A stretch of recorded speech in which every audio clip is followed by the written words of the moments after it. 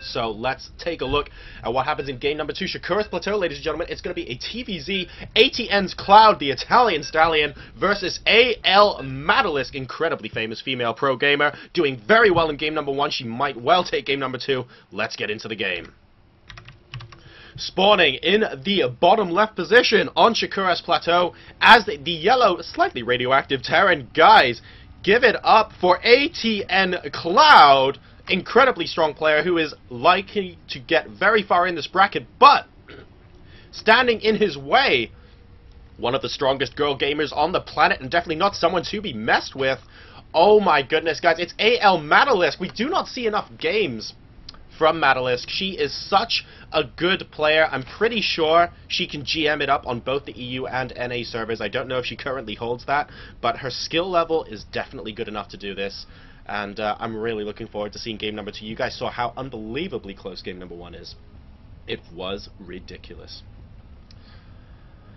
So let's take a look at what these guys are going to be doing. Once again, we don't have any sort of early pool play coming out of MaddeLisk. We know we can take our opponent in a macro game.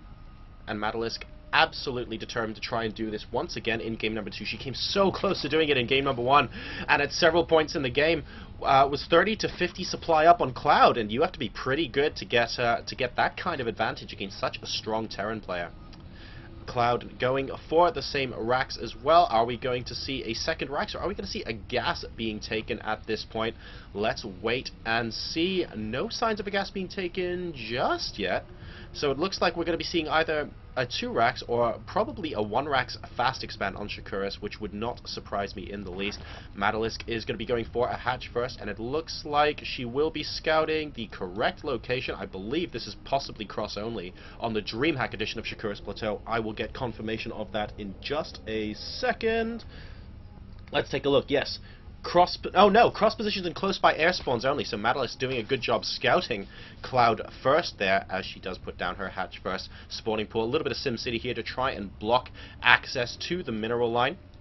And also, if drops happen in the back of the base, it's really annoying when the spawning pool is there and the pool goes down first, if you don't get units back fast enough. So putting it here just allows units to defend that spawning pool a little bit easier, especially since Cloud is pretty good with his drop play. And nice pick off of that drone there by Cloud. MaddeLisk not going to have any additional scouting information, and a worker is sadly going to be killed 100%. Yellow is that bar.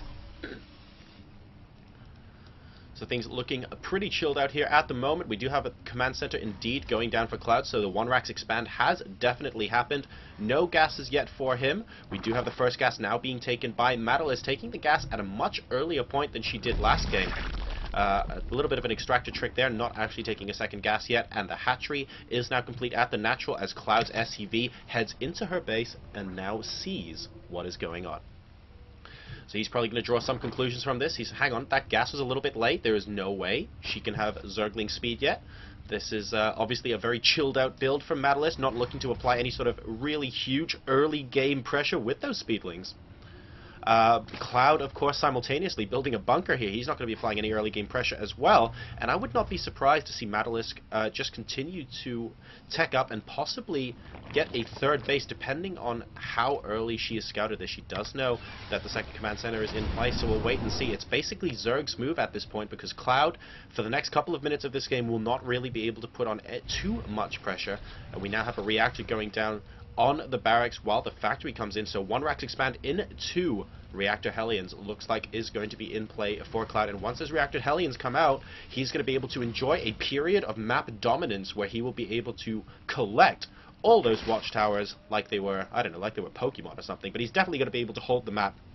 And if MaddeLisk has any speedlings out at that point, the Hellions will be able to wrest map control from her until another unit pops up, maybe roaches, or even if mutas are teched up to, stuff like that. So not too much going on at the moment, guys. We have more workers being produced by both sides. We do have the starport that just went down actually for aTnClouD. So we might see a tech lab go down on the racks. Yes, we do. So we could be seeing Hellions. And one of two things.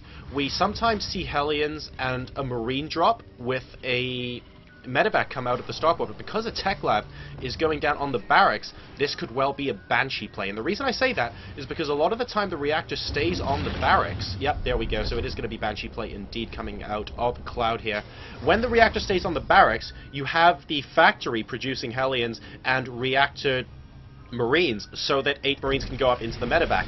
And you want the Marines in the medevac, not the Hellions, because the Hellions can move across the map really quickly, but the Marines can't, so that's why you lift them up and have them hit at the same time. And because we see that tech lab go down on the barracks, that indicated some sort of Banshee play. So it looks like Cloud is going to be going out with the first Banshee, swapping the add-ons over again just so the barracks can have that reactor, and we are now starting a third command center. 4 Hellions are going to be chilling out outside ALMaddeLisk space. Are they able to pick off a creep tumor? They see where it is. And that Hellion once again going to valiantly sacrifice some health and pick off that creep tumor. I love that move from Cloud. I really like Terrans that do this. Hellions, of course, take extra damage from themselves because they are in themselves light armored units. But Cloud willing to take the hit just to completely limit ALMaddeLisk's creep spread on Shakuras at the moment. And the Spire has now started for our Zerg player. So what else have we got over here? We do have a gas now being taken at the natural expansion for Cloud, so he's going to be going up to a grand total of 3 gases. ALMaddeLisk, meanwhile, is on all 4 gases herself. So she wants to be getting those upgrades, as well as a lot of gas saved up in the bank for that muta play. She's actually up to 500 already, and she's probably going to grab a little bit more, and we should see a whole bunch of mutas popping out as a Baneling Nest also down for ALMaddeLisk. So we could be seeing some muta ling bling pressure coming out of our Zerg this time around. These Hellions at the moment are going to be holding the watchtowers as predicted, and nothing is going to be able to escape Cloud's guards except this one hero lone Zergling that just marches straight through the middle of his vision and said, "Look, what are you going to do about it? I'm a Speedling."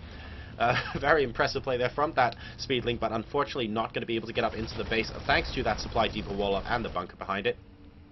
As we do see now, ALMaddeLisks being produced en masse in ALMaddeLisk space. We do have 8 of them popping out now, but we do also have Banshees moving out across the map, waiting for that second Banshee before sending them together. And this could be a bit of a horrible timing here for Cloud if ALMaddeLisk gets some detection straight away. Cloak is here, but we do have the mutas spotting out right now. If we have an Overseer in production, where's the Overseer? We don't have an Overseer in production. Oh dear, we need... No, the Spore Crawler is actually going up. But, oh, there we go. Yep, excellent. That's going to be very useful indeed, that Overseer. And unfortunately, the mutas just popped out for ALMaddeLisk.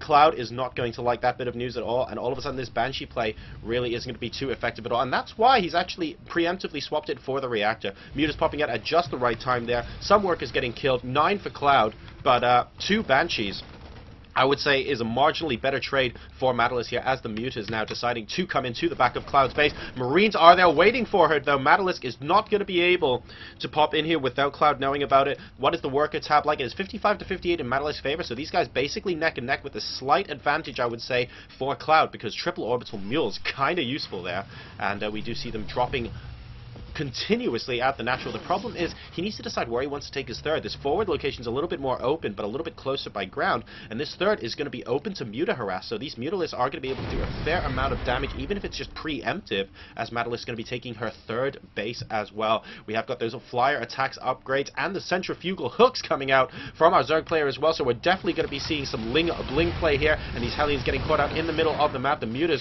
really not liking the fact that they're there, and some Zerglings are going to be able to clean them up. They are sadly not going to be able to run forever.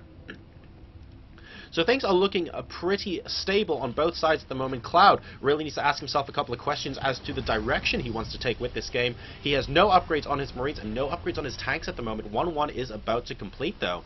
And let's take a look at ALMaddeLisk. ALMaddeLisk has 1-0 upgrades on her Zerglings, and getting 2-0 as well, and +1 flyer attacks are incoming, but not yet done for the mutas, so they are currently not upgraded at the moment. No Marines in the main, though. There is a missile turret on this side of the mineral line. Will ALMaddeLisk choose to take it out? No! She takes out the missile turret on the... Oh, and I think that's actually going to give Cloud just a little bit of time to defend. I think ALMaddeLisk could have come in from the south and taken out this missile turret, and by this point, we'd have the mutas attacking SCVs, which is exactly what you want. But unfortunately, that missile turret just acted as a spotter. So aMaddeLisk not doing any economic damage there. Really good positioning on that turret though from Cloud, able to distract the aMutalisk long enough that he did not sustain any damage to his economy whatsoever. And I like this little wall off here coming out from Cloud. Terran players don't typically wall off unless it's their main or their natural, but Cloud one step ahead of the game, trying to make sure that he can dictate the terms of an engagement here. Doesn't want any speedlings or banelings coming through to hit those valuable tanks at the back of the line. The mutas are now going to be popping back into the base, and I think she sees there's only one turret in the mineral line. She does indeed see this. There's a small group of Marines here now, but the SCVs are finally being targeted. A decent number of workers are going down, but these mutas have to get the hell out of Dodge pretty quickly. These Marines are stimmed and ready to take them out. 1-1 is now complete on the Marines as well, and the sensor tower going up just in time to see this lovely little red splotch on the mineral, on the minimap here. He needs to be a little bit careful, and Cloud all of a sudden is looking just a tad nervous here. So let's see whether he'll be able to hold this third base, though. It is an orbital command, remember, not a planetary fortress. A lot of Terrans use this location as a planetary, so he's going to be a little bit more squishy as far as that is concerned, and the mutas are indeed going to be poking back in the back.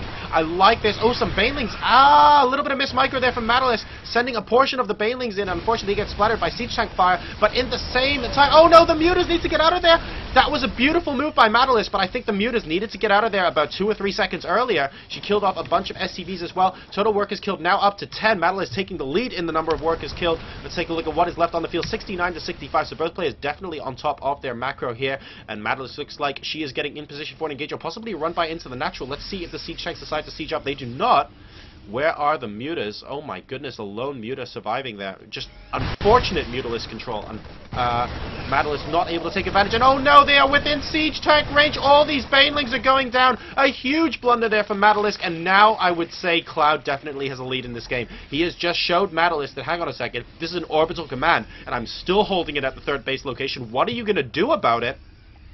And aMaddeLisk unfortunately botching her aMutalisk control there, and as a result, Cloud no longer feels too pressured. He's actually scanning out in the middle of the map to try and engage here, but the siege tanks took forever to get sieged up, and it looks like everything is going to get crashing through. Possibly a little bit of a twofold move from Cloud as well, and aMaddeLisk able to take out so many tanks. Cloud definitely holding there, and he now has a 50 supply lead, but the number of tanks taken out there, he only has 2 left. He had 7 or 8 before, and those are gas heavy units that take absolutely forever to rebuild. So now aMaddeLisk is going to have a little bit more play with her banelings, because there isn't going to be so much siege tank splash damage. And here we go. Zeri's going to come in to try and take out the siege tanks, but we need the banelings behind it. Some Marines are going to try and attack the third base. The hatchery is getting dangerously low. Let's see what can happen. Splitting the banelings.